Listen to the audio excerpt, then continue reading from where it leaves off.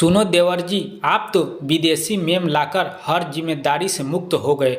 माँ जी के अंतिम समय भी मैंने ही सेवा की थी, पर अब बाबूजी का हमसे न हो पाएगा।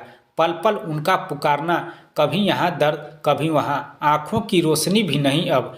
आपके भैया तो सुबह निकल जाते हैं और देर शाम आते हैं। बच्चे पढ़ाई में लगे रहते हैं। मैं अकेले कैसे संभालती हूँ सब, मुझे ही पता है। हाँ भाभी, मुझे पता है आपने सब कितने अच्छे से संभाला है।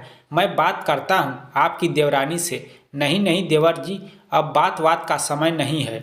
आप जल्द से जल्द बाबूजी को अपने बंगले में ले जाइए। आप लोगों की भी कुछ जिम्मेदारी है या नहीं? अच्छा भाभी जी, आप बाबूजी का जरूर सामान बांध कर तैयार रखिए। मैं घर पर सेटिंग करके कल ही ले जाऊंगा। ये कहाँ ले आया है मुझे बेटे? मरता मर जाऊंगा, पर याद रखना तेरी मेम से हाथ न लगवाऊंगा।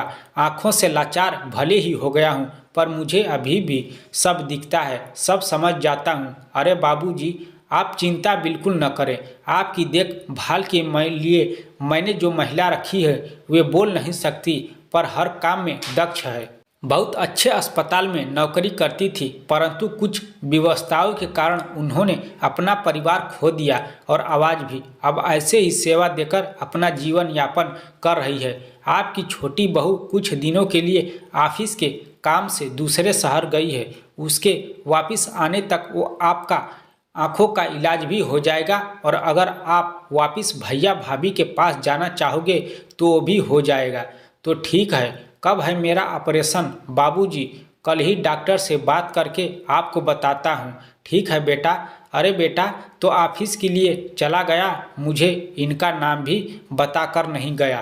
कैसे पुकारूं अब इनको? सुनो बेटी, तुरंत ही एक हाथ ने उनके चरण स्पर्श किए। खुश रहो, खुश रहो बेटा। ऑफिस जाने से पहले तुम्हारा नाम तो बताना भूल ही गया, और तुम बोल ही नहीं पाओगी।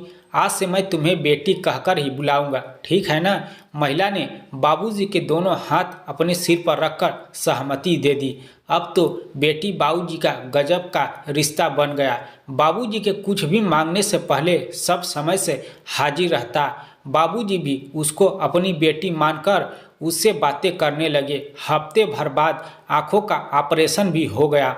बाबूजी पट्टी खुलने पर सबसे पहले अपने बेटी को ही देखना चाहते थे।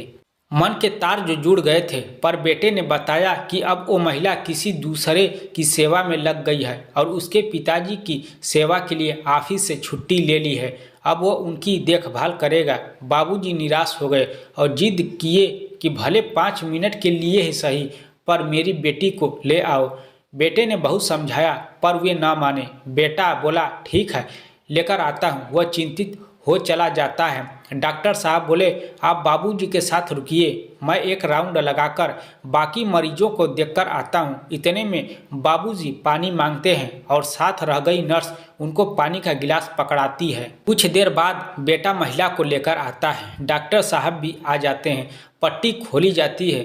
बेटा महिला को सामने करता है। बाबूजी उसका हाथ अपने हाथ में लेकर बहुत प्यार से कहते हैं कि बेटी, तुम भी बहुत प्यारी हो, पर तुम वो नहीं। बेटा हक्का बक्का रह जाता है। बाबूजी पास खड़ी नर्स को बुलाते हैं और उसके दोनों हाथ अपनी आंखों पर रखकर कहते हैं, बेटी, मेरी आंखों की रोशनी ही नहीं, मेरे नज़रियों को भी ठीक करने के लिए तुम्हारा शुक्रगुजार हूँ। सब कुछ भूल सकता हूँ, पर तेरा वो ममता भरा स्पर्श नहीं। बाबूजी ने बेटे और विदेशी बहू को गले लगा लिया।